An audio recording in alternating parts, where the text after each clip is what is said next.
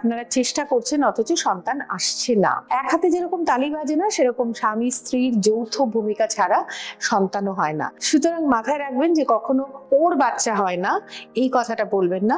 1/3 ক্ষেত্রে মহিলার সমস্যা আমরা ডায়াগনোসিস করতে পারি, 1/3 ক্ষেত্রে পুরুষের সমস্যা ডায়াগনোসিস করতে পারি। পুরুষরা কিন্তু খুব অনায়াসে তাদের সমস্যাটা খুলে ডিসকাস করতে পছন্দ করেন।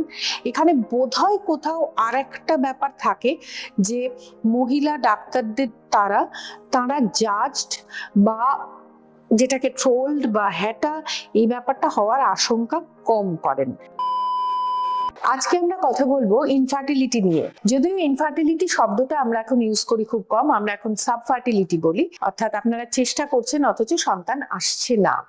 একটা কথা মনে রাখবেন যে বিয়ের পর যখন কোনো রকম প্রোটেকশন ছাড়া আপনারা চাইছেন একটা সন্তান নিতে, সেই সময় যদি 1 বছর অতিক্রান্ত হয় অথচ তার মধ্যেও সন্তান না আসে, তাহলে আমরা বলি যে কিছু কিছু পরীক্ষা নিরীক্ষা আপনারা করিয়ে নেবেন।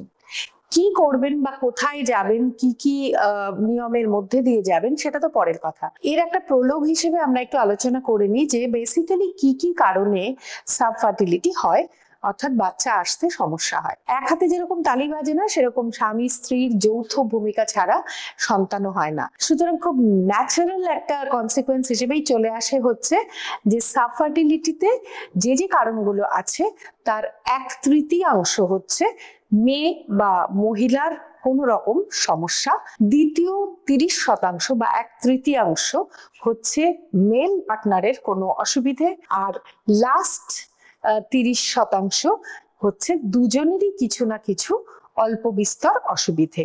এর পর যে 10% পড়ে থাকলো সেটা হচ্ছে আনএক্সপ্লেইন ইনফার্টিলিটি, তথা যেটার কারণ আমরা অনেক পরীক্ষা নিরীক্ষা করেও খুঁজে উঠতে পারিনি।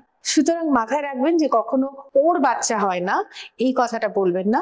ইনফার্টিলিটিতে আমরা পেশেন্ট হিসেবে ট্যাকেল করি না, কাপল হিসেবে আমরা পেশেন্টদেরকে দেখি, আর আমরা তাদেরকে এটাই বলি যে আপনারাও নিজেদের দোষ কথাটা ব্যবহার না করে সমস্যা কথাটা ব্যবহার করবেন। 1/3 ক্ষেত্রে মহিলার সমস্যা আমরা ডায়াগনোসিস করতে পারি, 1/3 ক্ষেত্রে পুরুষের সমস্যা ডায়াগনোসিস করতে পারি, আর 1/3 ক্ষেত্রে উভয়েরই সমস্যা থাকে। বাকি 10% আমরা বুঝতে পারি না, কোনো আননোন কজ অফ ইনফার্টিলিটি, যেটা এখনো আমরা ডায়াগনোস করতে পারি না। একটা জিনিস মাথায় রাখবেন যে কিছু কিছু সেক্সুয়াল ডিসফাংশন থাকে যেটা নিয়ে আপনারা কথা বলতে অনেক সময় খুব লজ্জা পান বা গুটিয়ে যান। বেসিক্যালি একটা জিনিস মনে রাখবেন, ফ্যাক্টরি চালু না থাকলে যেরকম জিনিস উৎপাদন হয় না, ঠিক একইভাবে স্বামী স্ত্রীর যে মেলামেশার প্রক্রিয়াটা বা সেক্সুয়াল বন্ডেজ, সেটা যদি কোথাও কোনো রকম প্রবলেম আপনারা ডিটেক্ট করেন বা অসুবিধে হচ্ছে, সেটা নিয়ে কিন্তু কখনো লজ্জা পাবেন না, বা অন্য কারোর কাছে, ডাক্তার বাদ দিয়ে বন্ধু বান্ধব, প্রতিবেশী বা আত্মীয় স্বজন, তাদের কাছ থেকে আপনারা বোঝার চেষ্টা করবেন না সমস্যাগুলো। খুলে ডাক্তারের সঙ্গে আলোচনা করুন, তাহলেই কিন্তু এই সমস্যাটা আমরা সমাধান অনেকাংশে করতে পারবো। আর এই বেসিক জায়গাটা অনেক সময় আমরা ডাক্তাররাও নজর দিই না, খানিকটা টেকেন ফর গ্রান্টেড করে নিই যে ওটা হয়তো ঠিকই আছে।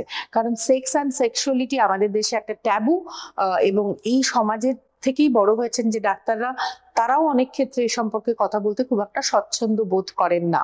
কিন্তু যারা বলেন, আমরা দেখেছি ইভেন মহিলা গাইনোকোলজিস্ট বা ফার্টিলিটি স্পেশালিস্টদের কাছে পুরুষরা কিন্তু খুব অনায়াসে তাদের সমস্যাটা খুলে ডিসকাস করতে পছন্দ করেন। এখানে বোধহয় কোথাও আর একটা ব্যাপার থাকে যে মহিলা ডাক্তারদের তারা জাজড বা যেটাকে ট্রোলড বা হ্যাটা, এই ব্যাপারটা হওয়ার আশঙ্কা কম করেন। পুরুষ ডাক্তাররাও কখনোই হ্যাটা করেন না বা ট্রোল করেন না, কিন্তু এটা একটা এই সমাজেরই প্রোডাক্ট হওয়ার দরুন মানুষের মনে থাকে যে তারা কখনো কখনো মহিলা ডাক্তারদের কাছে অনেক খোলাখুলিভাবে তাদের নিজেদের যে সেক্সুয়াল প্রবলেমটা সেটা তারা আলোচনা করতে পারেন without the fear of being judged basically. সুতরাং আপনারা সবগুলো কথা মনে রাখবেন, নিজেদের সমস্যাটাকে জয়েন্ট সমস্যা হিসেবে দেখবেন এবং ডাক্তারের কাছে সব ধরনের সবকিছু কথা খুলে আলোচনা করবেন। প্রয়োজন হলে একটার জায়গায় 100টা প্রশ্ন করবেন, যাতে আপনাদের সমস্যাটা আমরা তাড়াতাড়ি এবং ভালো করে সমাধান করতে পারি।